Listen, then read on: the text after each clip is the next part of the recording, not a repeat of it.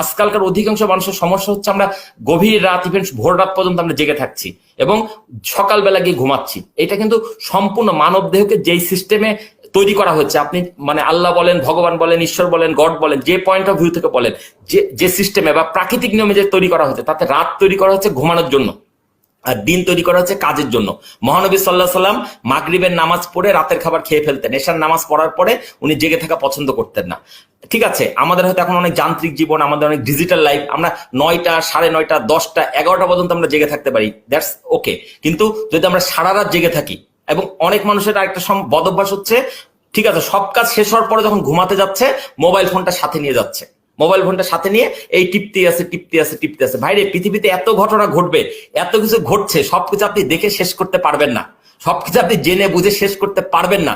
এত কিছু আপনার জানার দরকার নাই, আপনি অল্প জানেন, যেটুকু জানেন সেটুকুকে ভালো করে করেন। আমি একটা কথা বলি যে হ্যাঁ, শিখতে হবে, জানতে হবে, পড়তে হবে, বাট আমরা শিখছি, জানছি, পড়ছি, সেটাকে কাজে লাগাচ্ছি না। সো প্লিজ, আপনি অনেক কিছু না জেনে অল্প কিছু জানেন, সেটা ভালোভাবে জানেন, সেটাকে ফোকাস করেন এবং একসাথে অনেক কিছু করবেন না। আমি সুস্থতা নিয়ে কথা বললে আর অনেক কথা হতে পারে, আমার হাতে সময় খুব অল্প।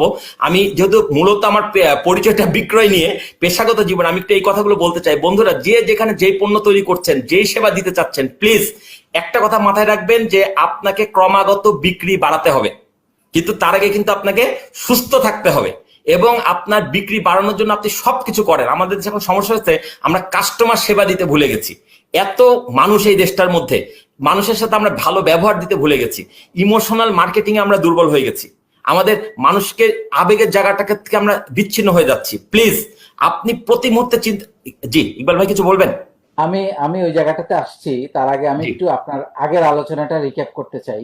জি যে আপনি কয়েকটা জায়গায় গুরুত্ব দিয়েছেন, একটা হচ্ছে পানি খাওয়ার ব্যাপারে, জি শ্বাস নেওয়ার ব্যাপারে, জি রাত না জাগার ব্যাপারে, এবং খাওয়া দাওয়ার কিছু অভ্যাসের পরিবর্তনের জি ব্যাপারে। জি আপনি যদি এটা একটু রিক্যাপ করে আবার একটু বলেন যে আচ্ছা, খাবার ব্যাপারে কোন কোন জিনিসগুলো আপনি আপনি বলছেন। আমার কাছে খুবই মজা লাগলো, 3 বছর ধরে আপনি ডাক্তারের কাছে যান না, এটা মার্শাল্লাহ বিশাল একটা অ্যাচিভমেন্ট আমি মনে করি। তার আগে তো ভাই 3 বছর যায় না যেমন সত্য, তার আগে প্রত্যেক মাসে আমার কয়েক হাজার টাকা মানে খরচ হয়েছে।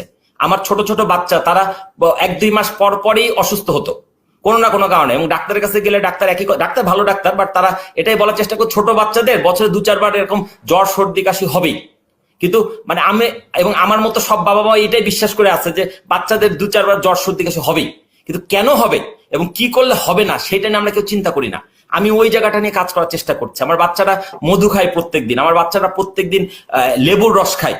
তো তাদের সুস্থতার মানে আমি দেখছি এগুলো করে, এবং কোল্ড ড্রিঙ্কস খাচ্ছে না, আইসক্রিম খাচ্ছে না, তখন সে সুস্থ হয়ে যাচ্ছে। তো আমাদের এই নিয়মগুলো অবশ্যই ফলো করতে হবে। আমি একটু আচ্ছা রিক্যাপ করে দেই।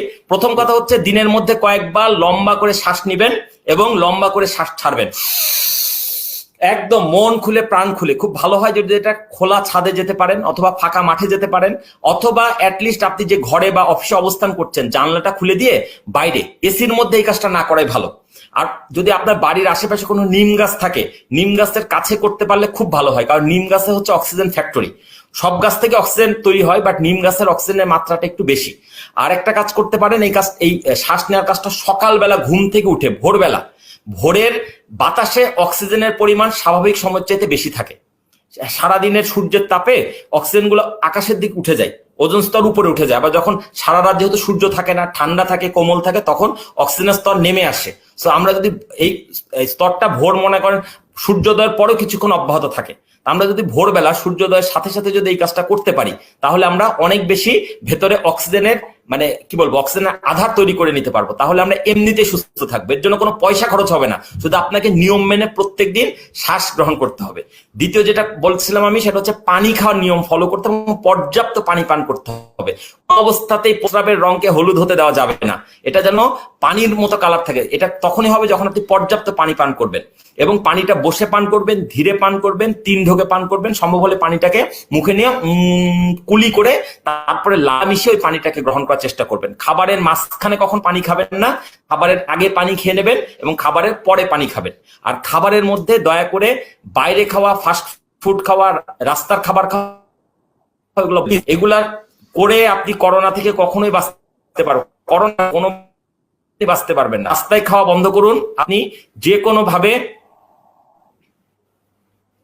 আচ্ছা, জি। আপনি অবশ্যই বাসার খাবার খাবেন, পরিষ্কার পরিচ্ছন্ন খাবার খাবেন। একটা হচ্ছে রান্না করা খাবার কমিয়ে কাঁচা খাবার বলতে আমি যে খাবারগুলো কাঁচা খেতে পারি, যেমন সালাদ, শসা, টমেটো, এই জিনিস, গাজর, এই জিনিসগুলো খাওয়ার মানে 1/3 যদি এই পরিমাণ নিয়ে আসা যায়।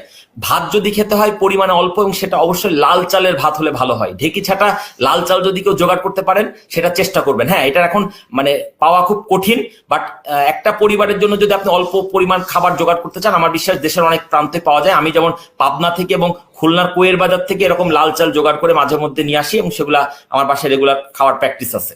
ঠিক আছে, তো এরকম ভাবে চেষ্টা করতে হবে। আরেকটা হচ্ছে, কখনোই একটা নিয়ম আছে এরকম যে ক্ষুধা না লাগলে খাবেন না, আর যখনই খাবেন কিছুটা পেট খালি থাকতে, মানে মানে ক্ষুধা কমপ্লিট থাকতে, মানে পেটে এখনো ক্ষুধার অনুভূতি আছে, এরকম একটা সময় খাবার থেকে উঠে আসতে হবে।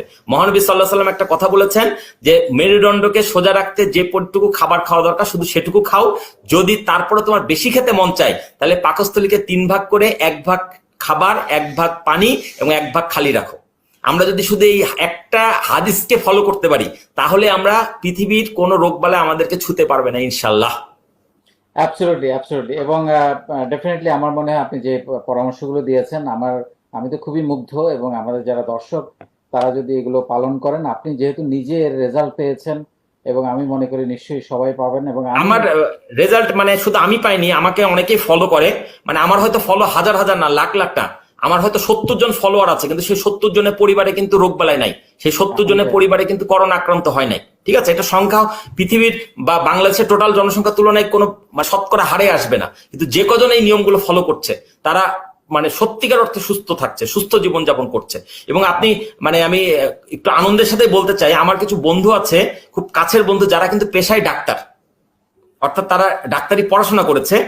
বিশ্বাস করবেন কিনা জানি না, তাদের কেউ কেউ করোনা আক্রান্ত হয়েছিলেন, এবং তারা সার্বক্ষণিক করোনাকালীন আমার সাথে যোগাযোগ রেখেছেন কিভাবে তার নিজের চিকিৎসা করবেন। এটা হয়তো বলবেন যে বাহার বেশি বলে ফেললাম, কিন্তু এটা আসলে আমি তথ্যটা দিচ্ছি এটা বোঝানোর জন্য, আমি কোনো ক্রেডিট নেওয়ার জন্য না।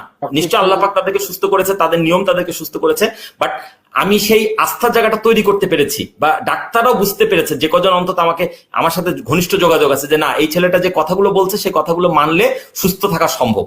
সো আমি আমি সবাইকে আমি অনুরোধ করবো, সুস্থতার দিকে আমাদেরকে নজর দিতে হবে। আমি ব্যক্তিগতভাবেও খুবই আস্থা প্রকাশ করছি এই কারণে, কারণ আমি আপনাকে যতটুকু জানি আপনি ভীষণ লেখাপড়া করা একজন মানুষ। আপনি জি, লেখাপড়া করে, রিসার্চ করে তারপর আপনি কথা বলেন। সো ডেফিনেটলি আমি নিজেও খুবই আস্থাশীল আপনি আমি গত যে 2 কথা। বছরে ভাইয়া বাংলাদেশের এমন কোনো মানে প্রাকৃতিক চিকিৎসক নাই যাদের শরণাপন্ন হই নাই। আমি এখন প্রত্যেককে চিনি, এবং প্রত্যেকেরই বিভিন্ন জায়গায় বিভিন্ন রকম ভক্ত আছে, অনুসারী আছে, কেউ কেউ সেমিনার করেন, কেউ কেউ ব্যক্তিগত কাউন্সিলিং করেন। আমি প্রত্যেকটা মানুষের সাথে গত 2 বছর আমি অন্তত কয়েক হাজার ঘন্টা ব্যয় করেছি আমি এই সকল মানুষগুলো সান্নিধ্যে যেতে, তাদের কাছ থেকে ট্রেনিং করতে। আমি নিজে একজন পেশাদার ট্রেনার, বাট আমি সুস্থতার ব্যাপারে মানে একজন ছাত্র। সো আমি বিভিন্ন জায়গায় গিয়ে আমি এইগুলো জোগাড় করেছি, বইপত্র জোগাড় করেছি, রেগুলার পড়াশোনা করছি, এবং আমি বেশ কিছু বইপত্র লেখার কাজও শুরু করেছি, যেটা মানে আমরা তো ডাক্তারের কাছ থেকে সুস্থতার অনেক সবক পেয়েছি। আমি বলি যে আমি একজন আদর্শ রুগী। হ্যাঁ, আমি তার ডাক্তার নই, আদর্শ রুগীর চোখ দিয়ে দেখা দরকার যে কিভাবে সুস্থ থাকা যায়। আমি বিশ্বাস করি আমার এই নিয়মগুলো যদি কেউ ফলো করে, তারা অবশ্যই সুস্থ থাকবে। অবশ্যই, অবশ্যই। আমিও ব্যক্তিগতভাবে মনে করি এগুলো করা উচিত, এবং জি, আমি ব্যক্তিগতভাবে আজকে কিছু লেসন নিলাম, সেগুলো আমিও পালন করবো, আপনাকে কথা দিচ্ছি। শিওর।